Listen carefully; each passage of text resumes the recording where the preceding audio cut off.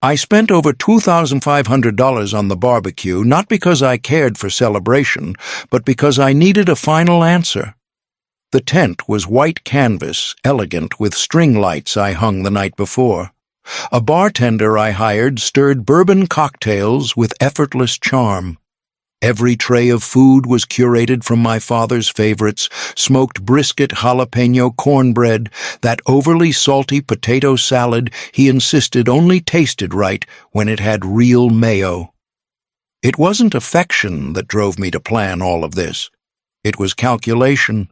If there was ever going to be a moment he'd see me not as a failure, not as a disappointment, but simply as a son, it would be here, surrounded by comfort control and no excuses.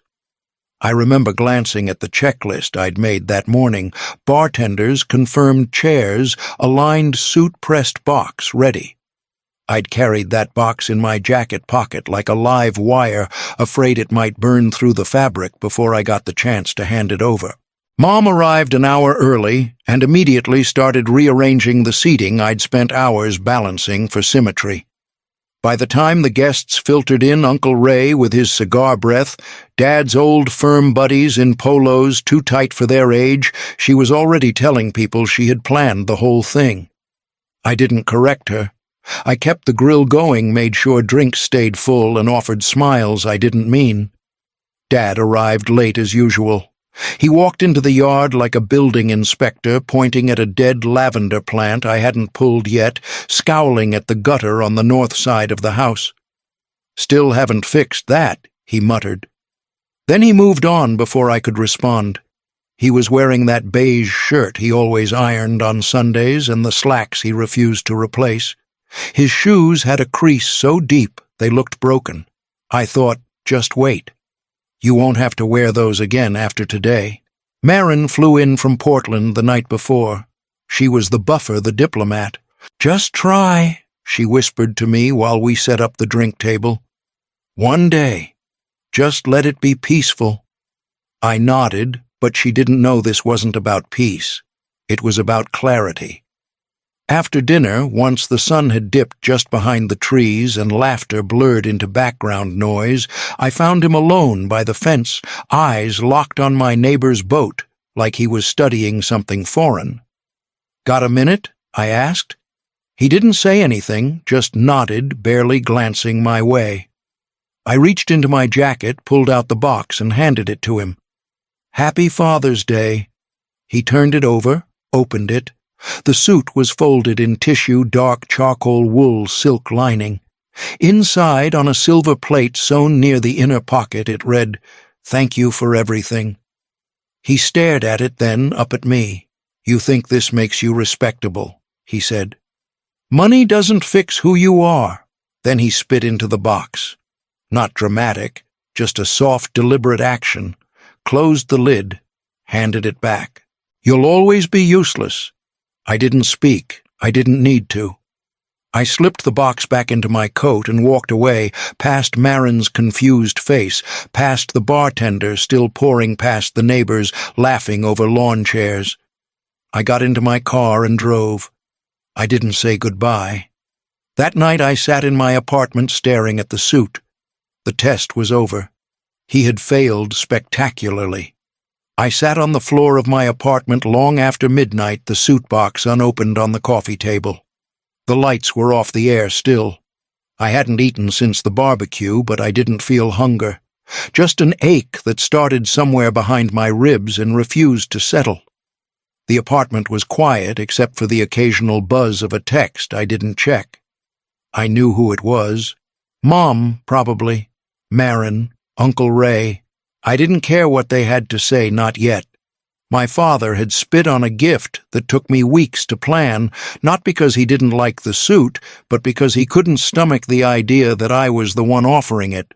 That gesture, meant to honor him, had only exposed the crack between us. And the truth was, it had been there for decades. He used to say men suffer in silence. That was his gospel. If you complained, you were weak. If you asked for help, you were pathetic. When I was 8 and twisted my ankle at school, he told me to walk it off before even looking at it. When I was 13 and cried over failing a math test, he stared at me like I'd slapped him. "You want to be the kind of man people pity?" I remember the words exactly. I grew up learning that pain was a private thing, that anything soft in me had to be hidden.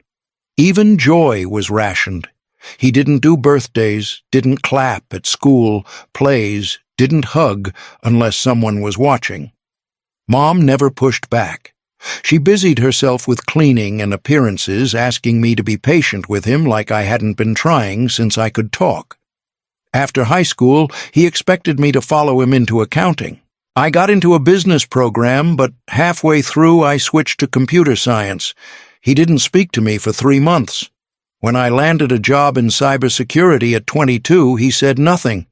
Not congratulations, not even acknowledgement. Just muttered something about fad industries and walked out of the room. By the time I turned 25, I was making more in a quarter than he earned all year. I bought a condo, paid cash for my car, started traveling. But to him, it was all pretend. He'd make jabs at Thanksgiving dinners, must be nice getting paid to sit and type. Or Marin's the one doing real work. Marin, the golden child. She followed the path he respected: nursing school, long hours, humility. He praised her constantly, told people she was grounded loyal, the one who understood what mattered. What no one knew was that I paid for her tuition, every last cent. I covered her living expenses, textbooks, and even helped with the down payment on her first car. She wanted to tell Dad. I made her promise not to, because I knew what he'd say, that I was using money to show off, that I was trying to buy her loyalty the way I supposedly tried to buy his respect. So I stayed quiet, paid the bills, let her take the credit. When my parents hit a rough patch with their mortgage 3 years ago, I stepped in again, set up a separate account, created a spreadsheet to track every monthly payment. I told myself it was about helping them. But deep down, I know now it wasn't. It was me, still that boy, craving approval, craving his nod, his pride, trying to earn love through logic and spreadsheets and wire transfers, hoping one day he'd look at me the way he looked at Marin. I picked up the box, opened it. The suit looked exactly how I'd imagined it: polished, powerful, lined with quiet dignity. But the stain near the lapel was there, faint but unmistakable. I ran a finger over the embroidery. "Thank you for everything." I hadn't meant it when I wrote that. I'd meant, "Please see me. Please say I mattered." All these years I hadn't been a son. I'd been a silent investor in a family that saw me as disposable capital. And I knew finally something had to give. The morning after the barbecue, I logged into the account I'd been using to pay their mortgage. My fingers didn't hesitate. 2 clicks to cancel the auto pay. 3 more to transfer the $52 11342 buffer into my personal savings. The balance dropped to 0. I stared at the screen a moment longer, not because I doubted the decision, but because I wanted to feel the moment it all shifted. I didn't text them. I didn't warn them. I owed them no explanation. By the 25th, the bank would send a notice. A missed payment. The first in years.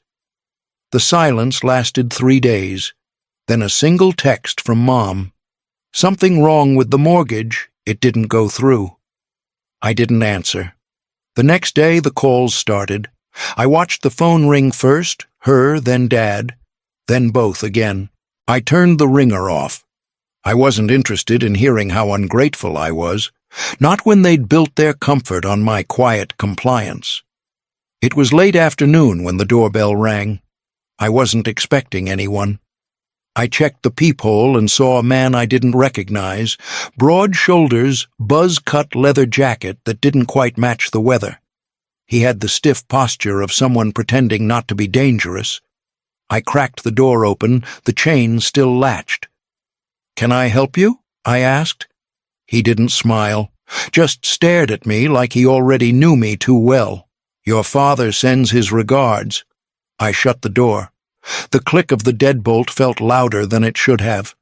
That night, I took the long way home from the grocery store, doubling back twice, checking my mirrors. It felt paranoid until I got to my car in the parking garage and saw the envelope on the passenger seat. No stamp, no name, just a single photograph inside. It was me 2 days ago walking into my building, groceries in hand. On the back, in sharp black marker, "You went too far." I didn't touch it again. I took photos of the envelope, the interior of the car, even the subtle scratch near the door handle, like someone had tried to force it without triggering the alarm.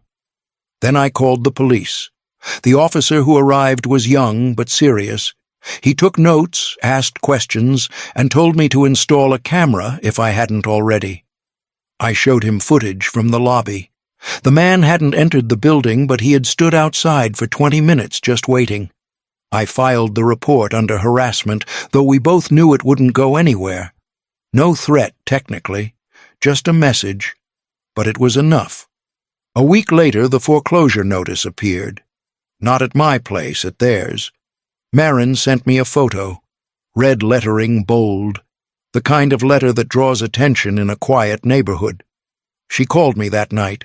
"What the hell is going on?" she asked, voice sharp. "They didn't tell you," I replied. "Tell me what." I met her the next morning, handed her a folder I'd kept locked in a drawer for 2 years.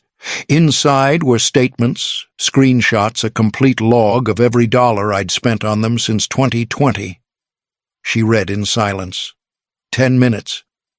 Then she looked up, eyes wide, voice quiet. "You paid everything?" I nodded. She leaned back, stunned. "Why didn't you tell me?" "Because I knew he'd find a way to make it about him, about how I was showing off, not helping." She didn't speak for a long time. Then finally, "There's something you should see, too." We sat across from each other in my apartment, folders, open screens glowing with numbers neither of us had ever meant to confront together. Marin had brought printouts, notes scribbled in the margins, a thumb drive with scans of documents she couldn't explain. She looked more tired than I'd ever seen her. Not just physically. There was a weight behind her eyes, like something she'd spent years brushing off had finally landed square on her chest. I opened the locked drawer of my desk and pulled out an external drive. A black, unmarked brick I kept in a fireproof box, mostly out of habit. I plugged it in, pulled up the folder labeled "Just in Case." "I never told you this," I said, "but after Grandpa died, I was named temporary trustee for the fund he set aside for us. It was supposed to transfer to the bank after 6 months, but no one ever filed the paperwork. Legally, I'm still in charge." Her eyebrows lifted, but she didn't interrupt. The fund was supposed to split 50-50 between us once we each turned 30. Exceptions only for school medical emergencies or first-time home purchases. I never touched it, didn't need to. But when I checked the recent statements, I turned the laptop toward her. "Your half should have been intact." "It's not." She stared at the breakdown I'd compiled. 3 years of gradual siphoning, $145,000 gone. Disguised as administrative fees, charity disbursements, payments to companies that didn't exist. Summit educational initiatives, I read aloud. Sounds legit. But it's a UPS mailbox and a fake EIN tied to Marcus's address. She reached for her own folder and pulled out a form. "This is a loan application for my first apartment. I found it 6 months later when a collections notice came. Look at the guarantor signature. It was my father's handwriting. There was more. Emails from Dad during nursing school asking for her banking passwords to help with tuition disbursements. Texts from Mom telling her to lie to a bank teller about the source of a deposit. Credit cards she never applied for in her name with balances she hadn't touched. This wasn't just theft," she said, voice flat. "They built a life on us. On lies." We didn't cry. Neither of us had tears left for them. The next day we met with a financial crimes attorney named Carden, Vance Carden. He specialized in trust fraud, estate abuse, embezzlement. I gave him everything. So did Marin. Statements, screenshots, audio recordings of voicemails, old check images, emails. It took 6 hours to sort. When we left his office, we had a file over 200 pages, deep indexed, annotated, and formatted for filing. It included 16 counts of trust, misappropriation, 9 of identity theft, and detailed trails of funds moved through shell LLCs. But we didn't go to court. Not yet. Instead, Vance drafted a legal ultimatum, 17 pages. It outlined the full extent of what we knew.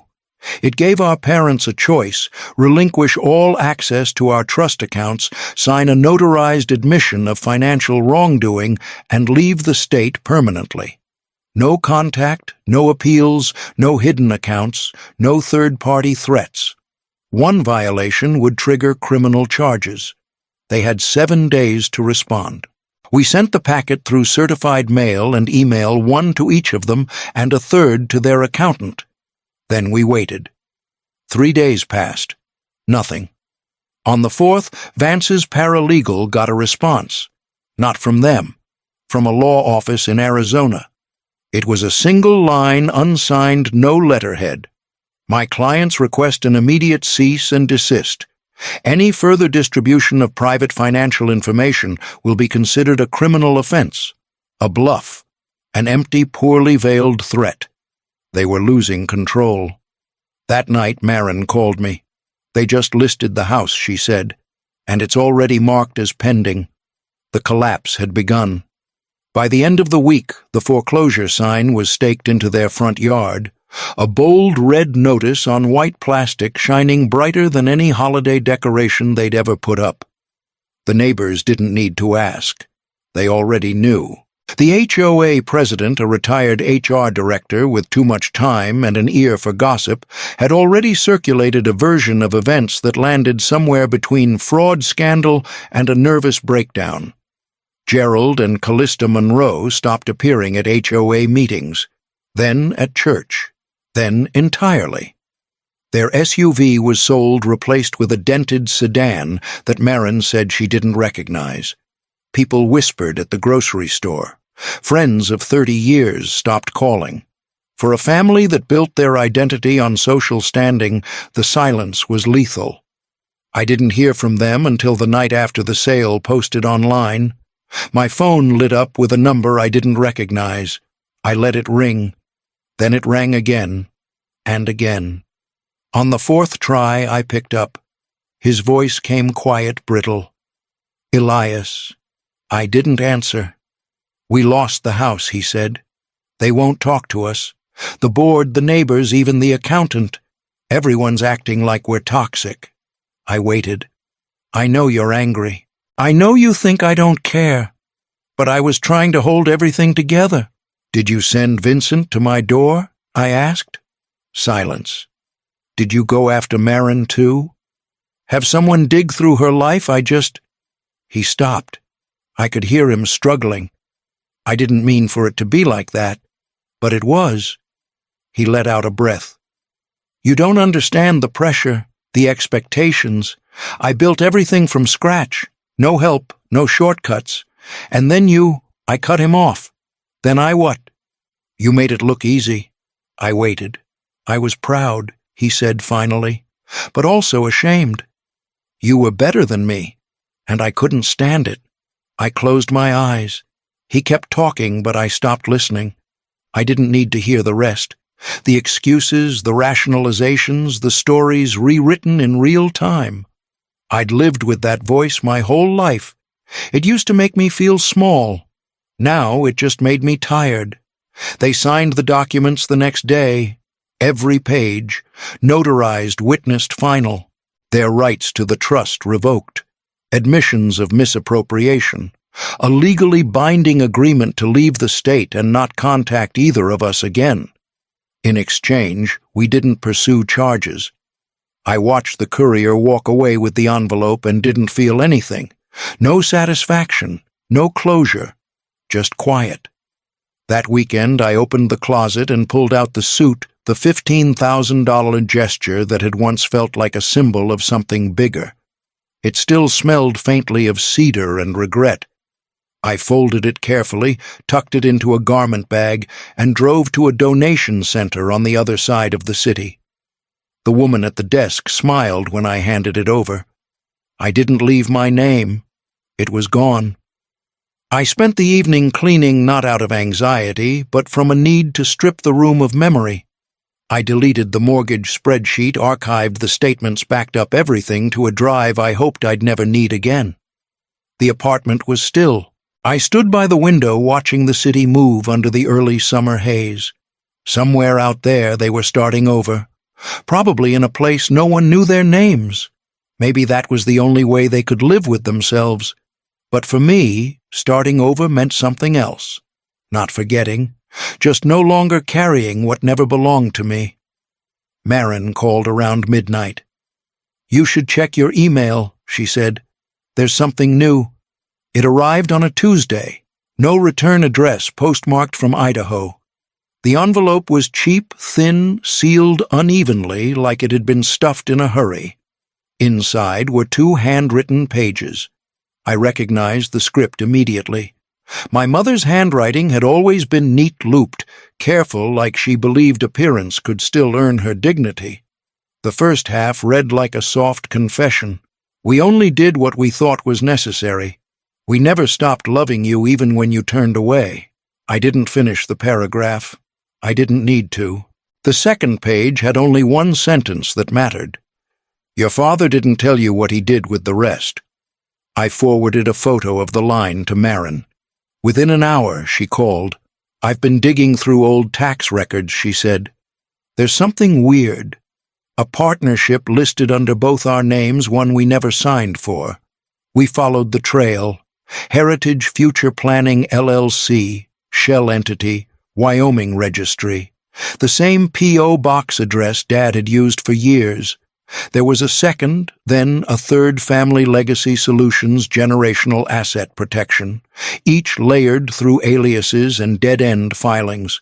One had once held over $90,000. Another showed zero, but linked back to an offshore account in the Caymans. Then came the policies.